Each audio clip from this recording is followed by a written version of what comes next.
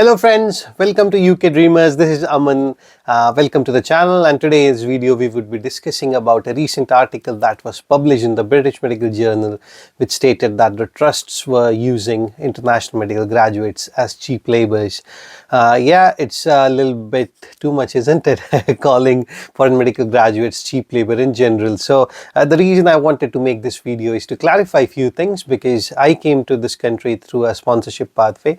I would like to clarify a few things that I think were predominantly focused on one specific program, and it does not reflect about the sponsorship path or the various trusts in general. But before we proceed ahead, a disclaimer that I do not represent the NHS, the GMC, any of the sponsoring trusts, AORMC or the British Medical Journal. This discussion would be solely on what the journal had published in the last month of October, which I would be sharing the link in the description. You can have a read through it. So this investigating journalist did approach me, and we had a good 15-20 minutes chat regarding my experiences and the few doubts that she basically asked me, and that's what I'm going to discuss here. So point number one, salary differences. So as reflected on this study or the publication, foreign medical graduates, especially who come through the sponsorship pathways, have been offered less salaries than what they usually should have been offered based on the experiences or the pay scale, the nodal point they've been brought into this country. Okay. Usually the trust, the consultant who is interviewing you would be responsible for deciding which pay scale that you're getting. Few might think that yes, this chap or this girl is good, and they might give you the decent salary structure that has been already in place. But as I said, this posts, if they are being used by the trusts to get people working in the trust, so they can definitely decide upon what sort of pay scale do they want you to get. The best way to go about this is if you go and Google BMA salary calculator, you would get various nodal points of various different titles that we all are brought in. But in general, if you're brought as a non-trainee trust grade sponsored doctor, you might get, as the salaries have improved now, you might get a basic pay of 43,000 something, and you can go up to a registrar's pay, which is 55,000 something. But you can be put anywhere in between these salary structure as the trust would decide upon. Okay. I'll give you my basic example. When I came to this country, when I came to the UK, I was offered a basic salary structure, which was, when I Googled before coming to the UK, I did feel that it was quite low. So I did discuss this with the HR people, and I was told that this is for the purpose of getting the cost, because your cost would mention what sort of salary you're getting and all. And then once you're here in the UK, things would change and all. So I said, okay, doesn't matter. But when I came to the UK and I saw that the foundation year doctors had almost the same salary as me, it was utterly frustrating, because I was told that okay, things would change. So I approached the HR people again, and they said they can't do anything because this was agreed upon, despite me not agreeing to it completely. So what I did is I went to my consultant and I had a chat with him, saying, boss, this is something that I think is contradictory to what I was told in. So what he did is he took the matter to himself. He asked me to forward those emails and everything, which I did. And the next month I got an email again that my contract would be renewed, because that time there were two sort of contracts, 2002 contract and 2016. Now everything has changed, but that's what happened. So see, if I would have not asked for it, I would have not gotten it. I would have still been on the low salary. So yes, this has happened. So it's your responsibility to make sure that if you're being offered a basic sum structure, make sure that you go on the BMA website and compare it to what your basic structure should be like. If you're being brought in as a ST3 equivalent, your pay should be equivalent to a ST3. If it's not, you can always liaise with the human resourcing department, and there's no harm in asking, man.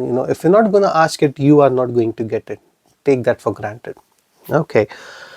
Second thing which was reflected upon this publication was there was unfortunate incidents where one of our colleagues was pregnant and she was asked to go back to her country.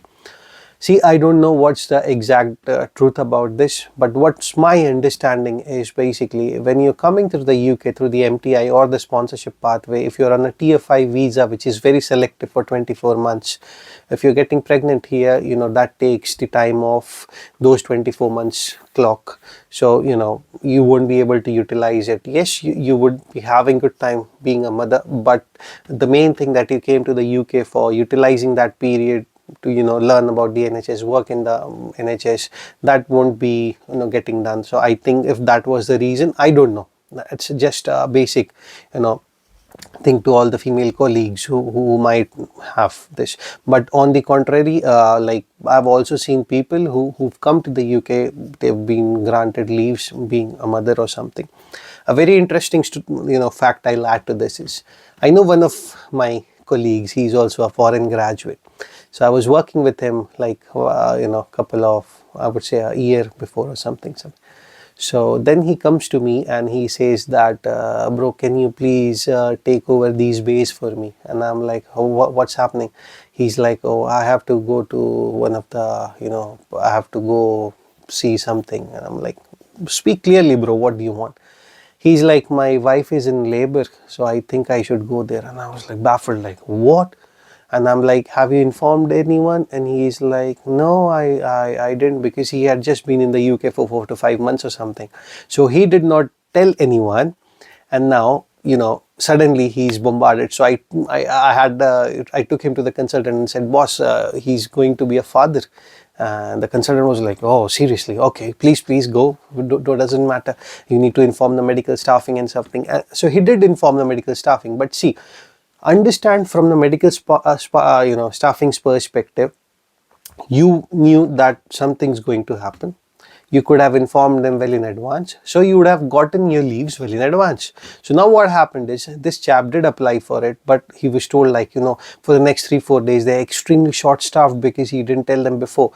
So what they said, like, take a day or two off, once you get home, we can grant you leave from this day, which he agreed upon. And he did get the paternity leave for 2 weeks, which all men can utilize those 2 weeks to support your wife, support your family and all.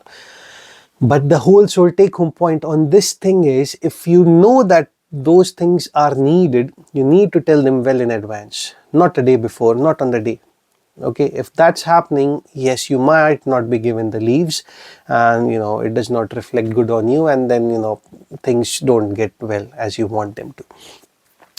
So what my take home points, what for all you guys and girls who are planning to come to the sponsorship pathway, please don't go on the words that were used, as the British media used it all in day in and day out on the TV, on the newspapers and everything. You can have a look, but what I would say in general, this is something that does not reflect on all these sponsorship pathways.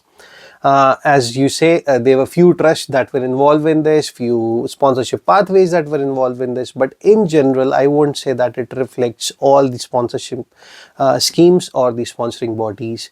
Your experiences can vary, your pay scales can vary, the way you are being brought in can vary. But guys and girls, make one thing very, very crystal clear in your heads. The reason you are being brought in through these pathways is because there is a gap in the rota. Your expectation, the expectation that the trust has from you is to fill in these gaps, get the rota running, make sure that there is sufficient people on the rota so that we help our colleagues. That is the bottom line to this. I understand it does say medical training initiative, but it's not a training program. I've told this before. Training program in the UK is something which has been a GMC approved training program, which can start from ST1, ST3, ST4, depending on the specialties and the levels at which you are applying. So this is basically, I would say, take it as a big opportunity for yourself to come and see how the NHS works, to see the evidence-based practice, to work on your portfolios, to work on your Royal College membership exams, and to explore UK.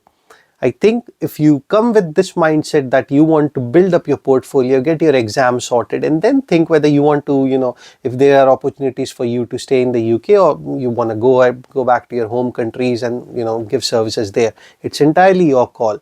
But I would still say, MTI or the other sponsorship schemes are a great pathway if you want to come to the UK, see how things work, make sure you build up your career, your portfolio and everything during this time. And please don't get demoralized, work on it. Getting sponsorship pathways or a post is very competitive these days, so make sure you have a very robust CV and you're well presentable. Keep your goals straight, and I'm definitely sure that you'll succeed. All right guys, thank you so much. Cheers, bye.